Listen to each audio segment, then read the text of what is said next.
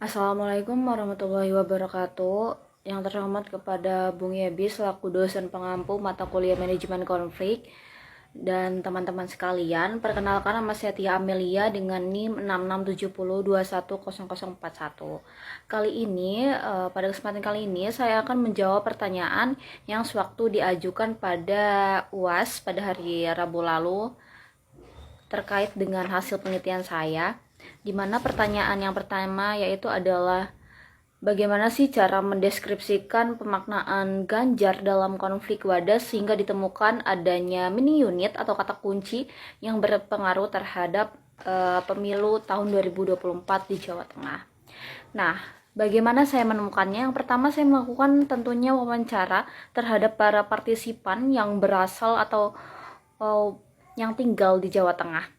Nah, dari hasil partisipan itu kemudian saya tuangkan kepada hasil penelitian, di mana hasil penelitian itu saya rumuskan terhadap temuan dan pemaknaan masyarakat Jawa Tengah terhadap Ganjar dalam berlangsungnya konflik agraria.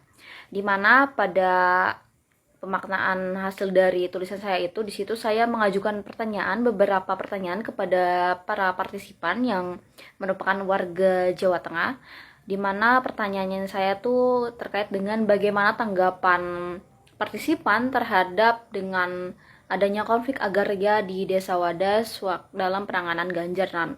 Nah, dari situ lahirlah adanya jawaban-jawaban dari para partisipan, di mana kemudian dari jawabannya tersebut saya sederhanakan dari menjadi beberapa kalimat, yang kemudian dari kalimat tersebut saya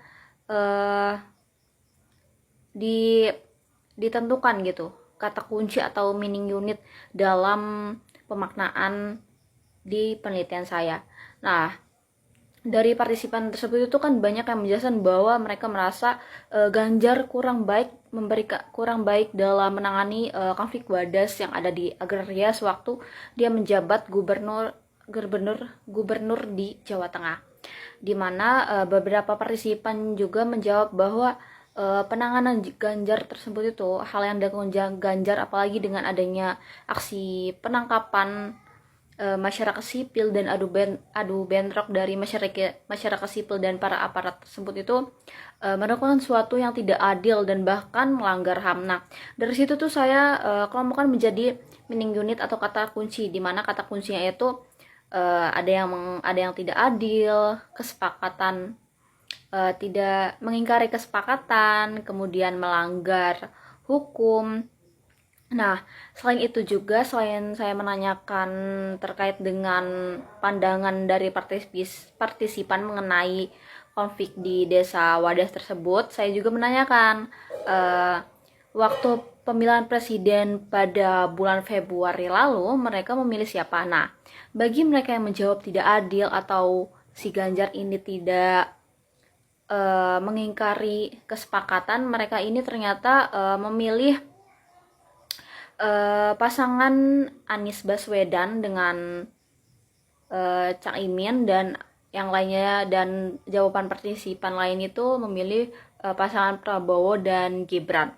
Dan adapun jawaban dari partisipan yang mengatakan bahwa adanya konflik di Desa Wadas ini merupakan berasal dari proyek pemerintah, sehingga Ganjar ini memang hanya turut dari pemerintah pusat, dan itu merupakan langkah yang baik. Nah, dari partisipansi tersebut yang menjawab jawaban tersebut itu si partisipan memilih Ganjar sebagai presiden waktu pilpres tahun 2024 di beberapa bulan yang lalu. Nah, dari situ akhirnya ditemukannya suatu meaning unit dari penelitian saya yang kemudian ternyata memiliki pengaruh terhadap pemilihan presiden, perolehan suaranya terkhususnya yang ada di Jawa Tengah. Kemudian pertanyaan yang kedua itu, bagaimana sih implikasi teori dari penelitian yang diteliti? Nah, teori yang saya gunakan dalam penelitian ini adalah teori keadilan dari Thomas Hobbes, di mana dari ciri Thomas Hobbes adalah keadilan itu tidak ada keadilan bila kesepakatan tersebut diingkari, di mana Thomas Hobbes ini sangat menjunjung tinggi adanya perjanjian tersebut.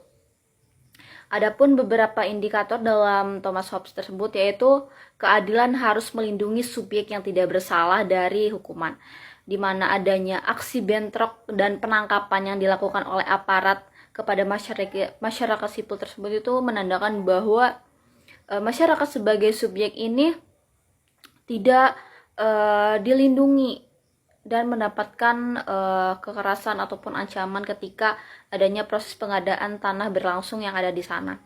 Kemudian dalam indikator Thomas Hobbes juga keadilannya itu sangat menjunjung kesetaraan pengakuan masyarakat sipil, di mana masyarakat sipil di sini yaitu masyarakat di Desa Wadas ini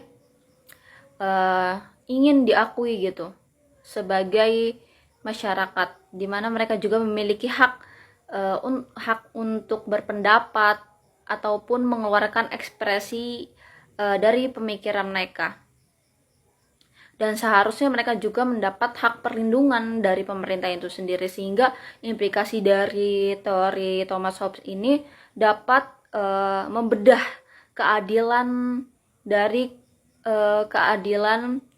hasil konflik agraria yang ada di desa Wadas, di mana dalam penelitian saya ini ternyata dengan merujuk kepada teori Thomas Hobbes, ternyata tidak adanya keadilan di dalam konflik agraria yang terjadi di desa Wadas. Mungkin cukup sekian yang bisa saya jawab. Apabila ada salah kata mohon dimaafkan. Wabillahi taufiq wal hidayah. Wassalamualaikum warahmatullahi wabarakatuh.